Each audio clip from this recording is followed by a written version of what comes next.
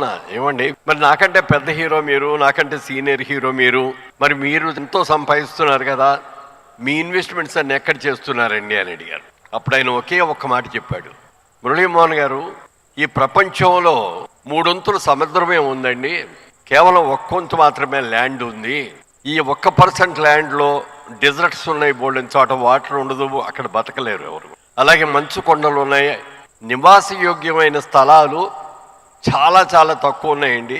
ప్రపంచం యావత్తు కూడా జనాభా రోజు రోజుకి విపరీతంగా పెరిగిపోతుంది కాబట్టి రాబోయే రోజుల్లో ల్యాండ్కి విపరీతమైన డిమాండ్ వస్తుంది అన్న ఆలోచనతో నేను సంపాదిస్తున్న ప్రతి రూపాయి కూడా ల్యాండ్ మీద ఇన్వెస్ట్ చేస్తున్నానండి అన్నాడు. నాకు అది ఆ చెప్పిన మాట నా జీవితాన్ని మార్చేసింది నిజంగా చెప్పాలంటే. సరి అయిన టైంలో సరి అయిన సలహా అనేది ఎంత వాల్యూ, ఎంత గొప్పదో ఆయన చెప్పిన టైం నాకు అనిపించింది.